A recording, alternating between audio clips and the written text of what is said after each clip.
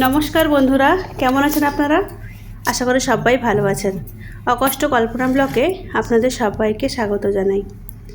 এই দেখুন, সবাই মিলে এখন গাড়িতে বসে গেছি। আজকে আমরা যাব দীঘা।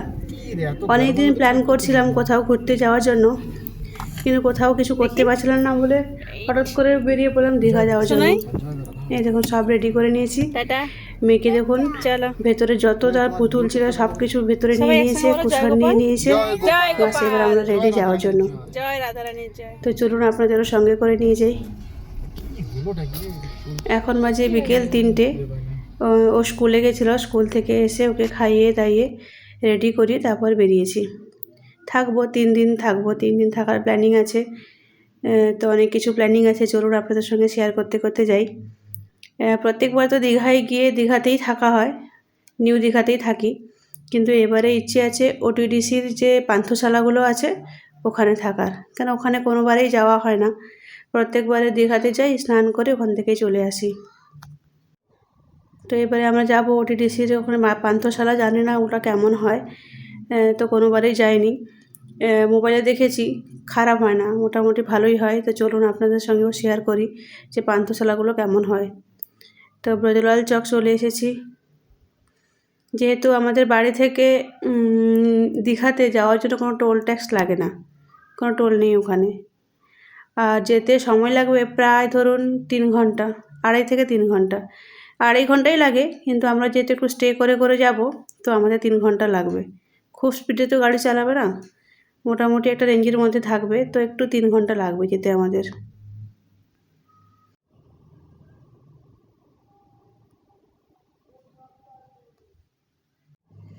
আমরা প্রায় নন্দকুমারের কাছাকাছি পৌঁছে গেছি।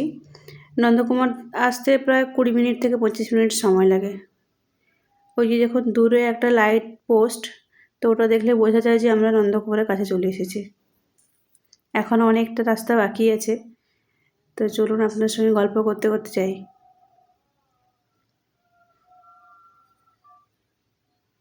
এই দেখুন নন্দকুমার পৌঁছে গেছি।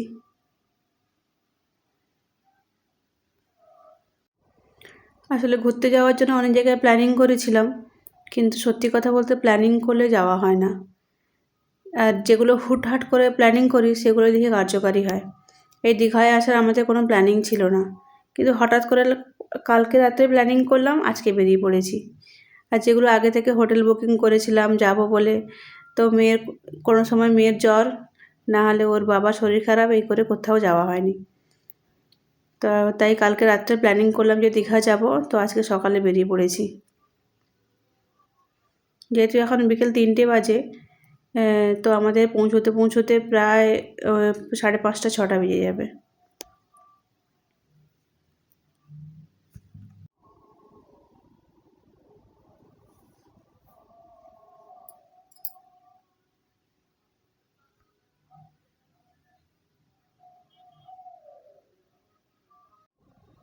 তিনটের দিকে রাস্তা হয়তো একটু ফাঁকা থাকবে, কেননা এরপরে এই চণ্ডীপুর থেকে বেরোতেই একটু যে সমস্যা, নাহলে এরপর থেকে খুব একটা জ্যাম থাকে না। রাস্তা মোটামুটি এখন ফাঁকা, আর এখন রাস্তাগুলো এত সুন্দর করে দিয়েছে যে কোনো ঝামেলাই হয় না। এই দেখুন খুব সুন্দর রাস্তা এখন।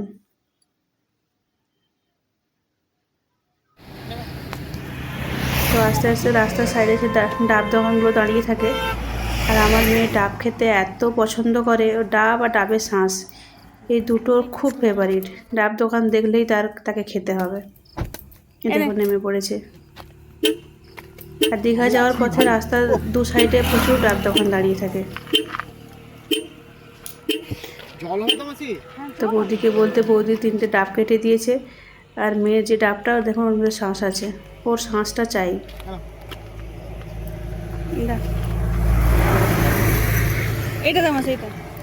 ছোটোবেলায় ও যখন বার্ষে পড়তো, ওর বাবা যখন ছুটি হলে নিয়ে আসতো, নিয়ে আসার আগে ওই মাসি থাকতো ডাব দোকান নিয়ে, তো রোজ আসার সময় একটা করে তার ডাব চাই।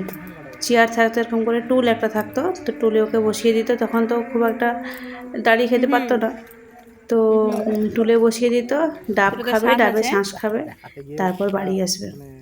সেই অভ্যাসটা এখনও আছে, রাস্তার সাইডে ডাব দেখলে তাকে খেতে হবে একটা করে। বৌদির বাড়ি কি এখানে?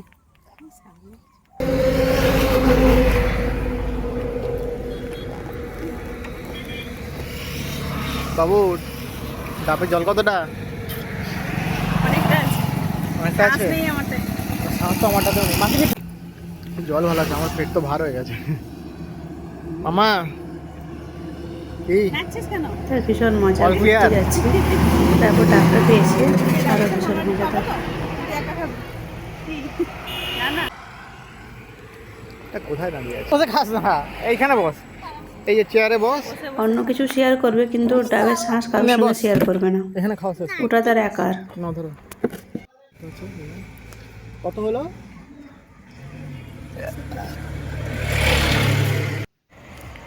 জামাই দেখো কেমন ভরে নিয়েছে। দেখি তাকে ডিস্টার্ব করা যাবে না খাওয়ার সময়। টিকটা পড়ে গেছে, তার বাবা টিকটা লাগিয়ে দিচ্ছে, বিরক্ত হচ্ছে।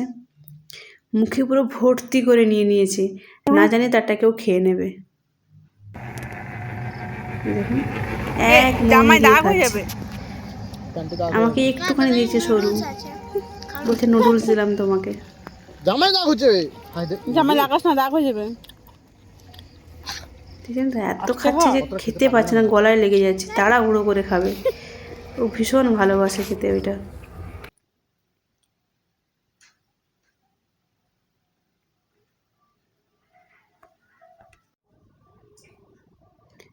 তো এরপরে ডাব টাব খেয়ে নিলাম, একটু বৌদির সঙ্গে গল্প করে নিলাম, নিয়ে আমরা আবার বেরিয়ে পড়ব। চলে এসেছি প্রায়, এটা দেখলেই মনে হয় যেন দীঘায় পৌঁছে গেছি, তো এখান থেকে আরও অনেকটা যেতে হবে।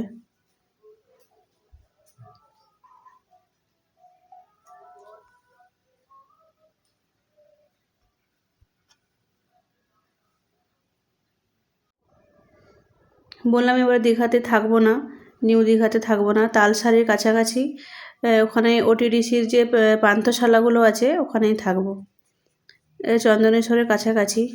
ওখান থেকে মন্দির খুব একটা দূরে নয়, 10 থেকে 15 মিনিট গেলেই মন্দির দেখা যাবে ওখানে।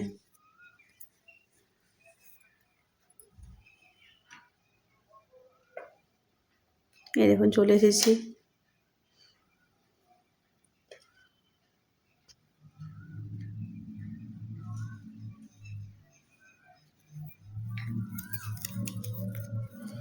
এখান থেকে কিছুটা দূরে গেলে নিউ দীঘা পড়বে, কিন্তু নিউ দীঘা থেকে ওটিডিসির পান্থশালাগুলো যেতে আরও কিছুটা সময় লাগবে।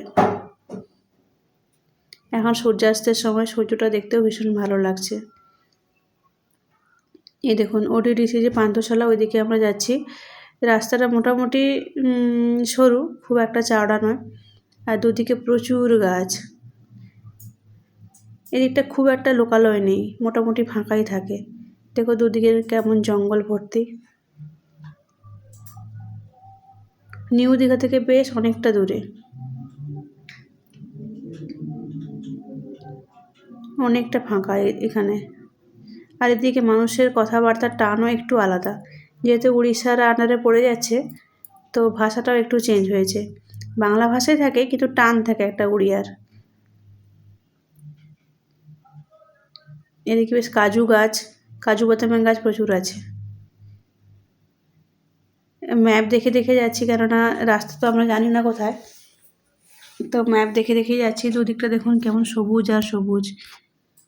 এই চলে এসেছি ওটিডিসির। এই পান্থশালাগুলো বেশ সুন্দর, ফাঁকা জায়গার মধ্যে অনেকগুলো আছে এখানে। এই দেখুন চলে এসেছি। রিসোর্টগুলো এত সুন্দর, বাইরে থেকে ভিউটা খুব সুন্দর লাগছে দেখতে। এটা হচ্ছে পার্কিং জোন। এটা হচ্ছে পার্কিং জোন। গাড়িটা এখানে পার্ক করে এবার আমরা ভেতরে ঢুকবো। জায়গাটা ভীষণ সুন্দর, যেমন ফাঁকা নিরিবিলি, এসে নিশ্চিন্তে থাকা যায় এখানে। আর এখানে যারা আছে, গাড়ি যে মালপত্রগুলো ওনারাই নিয়ে গেছেন সব, আমাদের একটা জিনিসও হাত লাগাতে হয়নি। তো এখানে যে ফর্মালিটিগুলো আছে ওগুলো করছে, আর মেয়ে বলছে মা চলো একটু ঘুরে আসি, তাই একটু পাশে পিছন দিকটা যাচ্ছি দেখতে। দেখুন পান্থশালাগুলো কী সুন্দর, খুব সুন্দর করে সাজানো, চারিদিকে বাগান। আর এখানে একটা চেয়ার রাখা আছে বসার জন্য। এই দেখুন পেছন দিকটা, দারুণ। একদম জাস্ট পেছনেই সমুদ্রটা আছে, বসো। তালসারি সমুদ্রটা। খুব সুন্দর এখানে। এই দেখুন এখন ভাটা চলছে, ভীষণ সুন্দর, একেবারে শান্ত নিরিবিলি, মানে নিশ্চিন্তে থাকা যায়, কোনো হই হট্টগোল নেই, চেঁচামেচি নেই, কিছুই নেই। খুব সুন্দর জায়গাটা। এই দেখুন জাস্ট পান্থশালার পেছনেই একদম সমুদ্র। ওদের ভেতর থেকে যাওয়ার রাস্তাও আছে, ওই যে গেট করা আছে, ওই দিক দিয়ে যাওয়া যায়। আর এখানে বাচ্চাদের জন্য দোলনা করা আছে। এখানে আমার মেয়েকে দেখুন গিয়ে বসে পড়েছে। দোলনা দেখেই বসে পড়লেই। এখানে 2 থেকে 3 দিন ছুটি কাটানোর জন্য একটা আদর্শ জায়গা। এবার এসে গেছি, এবারে আমাদের ফার্স্ট ফ্লোরে দিয়েছে রুমটা। তো চলুন আপনাদের দেখাই রুমটা কেমন। পান্থশালাটা কিন্তু অনেক বড়।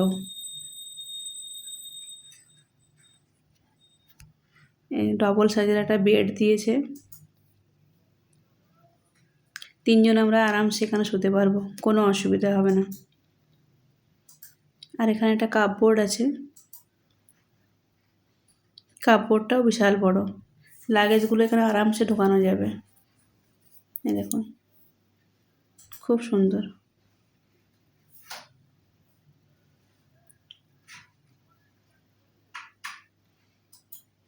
আর এটা হচ্ছে বাথরুম, বাথরুমটাও অনেকটা বড়, পরিষ্কার পরিচ্ছন্ন। এই দেখুন খুব সুন্দর।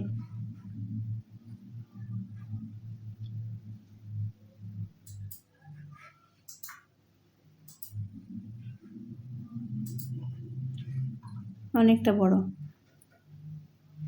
এখানে একটা বড় মিরর লাগানো আছে, টিভি আছে, খাওয়ার জন্য টেবিল চেয়ারও আছে। আর এই হচ্ছে বারান্দা। রুমের সব থেকে আকর্ষণীয় জিনিস তো বারান্দা। তো বারান্দাটা যদি এত সুন্দর হয় তাহলে এখানে সারাক্ষণ বসে থাকতে ইচ্ছে করবে। এই দেখুন একদম জাস্ট পেছনে বারান্দা থেকেও দেখা যাচ্ছে পুরো সমুদ্রের ভিউটা। এখান থেকেও রাস্তা আছে যাওয়ার জন্য, আর সুন্দর গাছপালা ভর্তি একদম। নাচছিস কেন? আমার মেয়েকে দেখুন নাচছে। একটু সন্ধ্যা হয়ে গেছে, তো আমরা এসে একটু রেস্ট নিয়ে নিয়েছিলাম। এরপর ভাবলাম একটু বেরোবো, কিন্তু সারাক্ষণ হোটেলে থাকতে ভালো লাগে না। তাই পাশে যেহেতু তালসারি, তো এত রাত্রে এখানে জেলেরা মাছ ধরছে। দেখুন রাত্রে এরা মাছ ধরে আর সকালে বিক্রি করে। তাই একটু দেখতে এলাম। এখন ভাটা চলছে, এরকম সব মাছ ধরে নিয়ে আসছে। সব নৌকোগুলো সব পার করেছে, দিয়ে এখানে আসছে এবারে।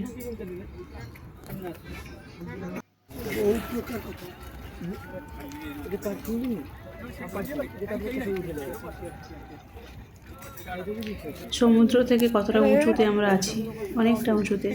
এখানে সিঁড়ি লাগানো আছে, এইসব মাছ নিয়ে আসছে।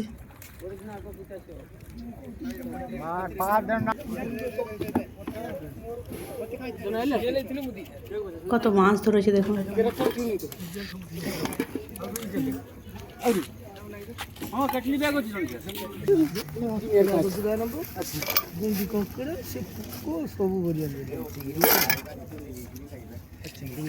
চলুন মাছগুলোকে নিয়ে যাচ্ছে, আমরা দেখি কোথায় নিয়ে যায়। তো ওইদিকে চল। এই জায়গাটা হচ্ছে সকালে এখানে পাইকারি মাছের বাজার। পাইকারি যেখানে মাছ বিক্রি হয়, লুজও হয়, বেশি পাইকারিতে বিক্রি হয়।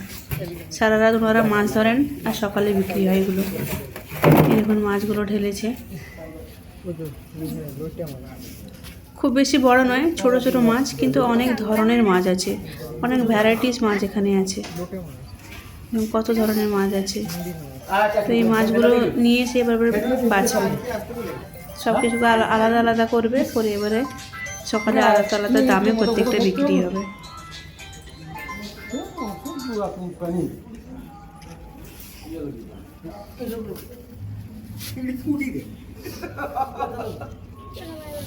দেখুন কত মাছ এখানে, আর সব টাটকা মাছ। আবার একবার নিয়ে এসে ঢেলে দিচ্ছে।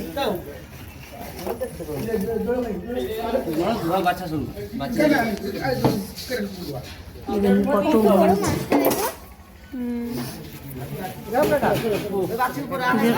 এই মাছের মধ্যে অনেক ধরনের মাছ মেশানো আছে। চারদিকে সবাই বসে গেছে, এবার মাছগুলোকে বেছে নেবে। কোনগুলো? এর মধ্যে অনেকগুলো মাছ নেওয়া আমি জানি না। হ্যাঁ, কি এটা বলে?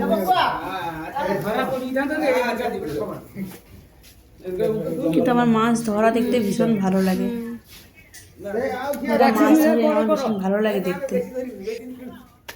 যেমন চিংড়ি মাছ, আরো কি সব মাছ ভাগ করছে।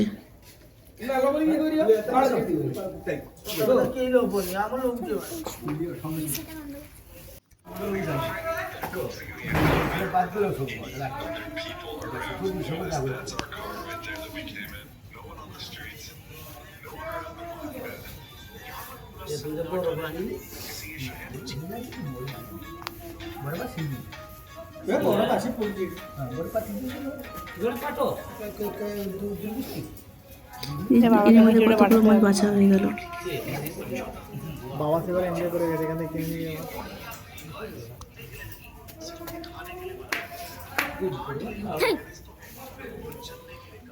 তো চলুন এবার আমরা রুমে ফিরে যাই।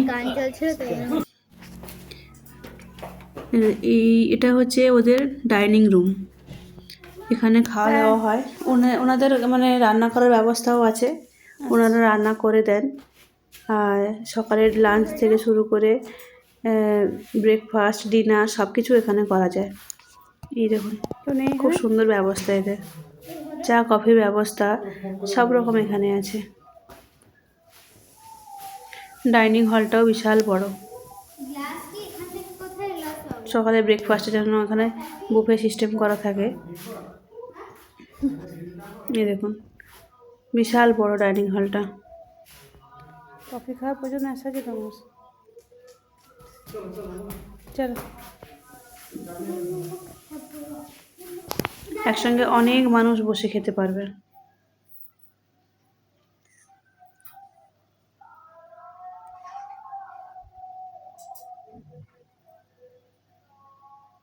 খুব সুন্দর, পরিষ্কার পরিচ্ছন্ন। যেমন যেমন চাইবেন তেমন তেমন এখানে পাওয়া যাবে।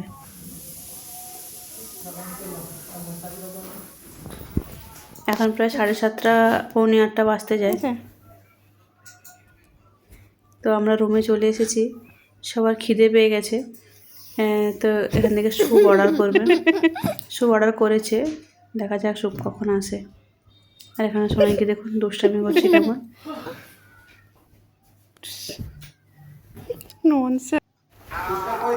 স্যুপ চলে এসেছে মনে হচ্ছে। হ্যাঁ, স্যুপ দিয়ে গেছে।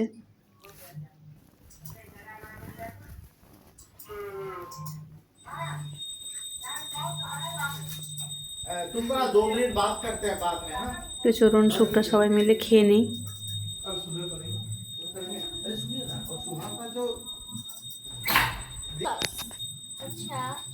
যতই বাড়ি থেকে খাবার নিয়ে আসি না কেন, হোটেলের যে একটা খাবার তার একটা মজাই আলাদা। ফ্রেঞ্চ ফ্রাই অর্ডার দিয়েছিলাম, ফ্রেঞ্চ ফ্রাই আর হচ্ছে চিকেন স্যুপ, চিকেনের ভেজ স্যুপ। কি স্যুপ? রাত্রে যে ডিনারটা করব ওটা আমরা বাড়ি থেকেই করে নিয়ে এসেছি।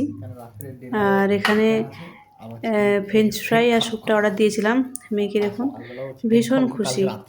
এই যে প্যাকেজিং, হোটেলে যেটা প্যাকেজিং, আলাদা ধরনের বাটি, এগুলো ওকে ভীষণ টানে। যদিও সবাইকেই টানে, আমাদেরকেও টানে।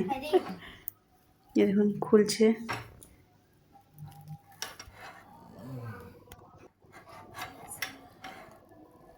প্যাকেজিংটা ভালো না? স্যুপটা একদম প্লেন দিয়েছে, আর সঙ্গে ওখানে অনেক কিছু প্যাকেটে গোলমরিচ, 3 রকমের সস, যা যেমন লাগে তেমনভাবে খেয়ে নিতে পারবে। খেয়ে দেখো কেমন।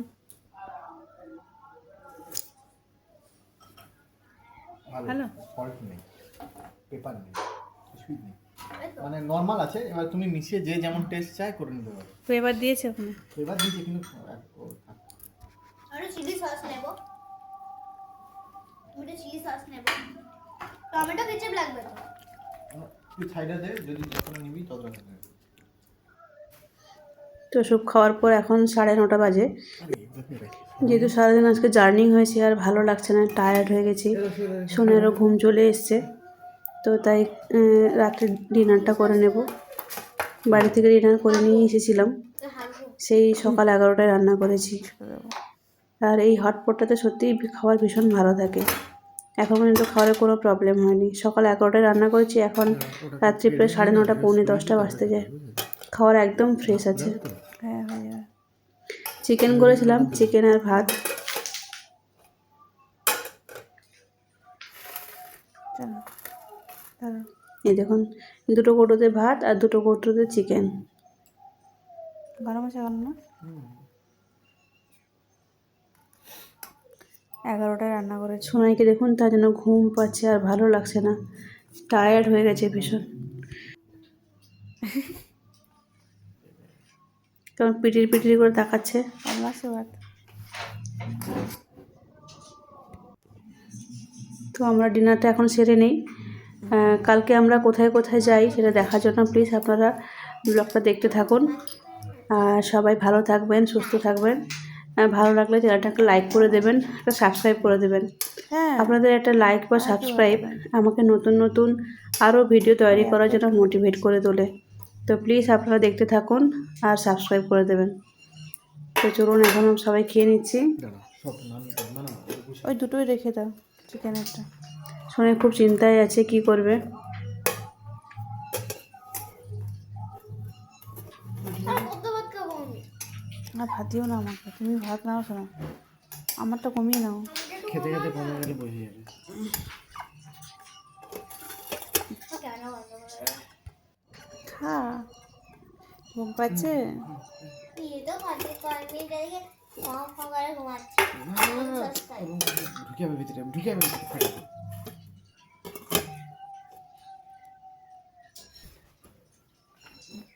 এখন আমরা খাচ্ছি চিকেন রাইস, বাড়ি থেকে বানিয়ে আনা। বাড়ি থেকে বানিয়ে আনা চিকেন রাইস। तो चामच चामच नहीं हंसते वाला লাগবে না, চামচ আছে। ग्रेवी के हाथ धीरे धीरे कर दो ना তো সবাই ভালো থাকবেন, সুস্থ থাকবেন। নমস্কার, দেখা হবে পরের আরেকটি ব্লগে।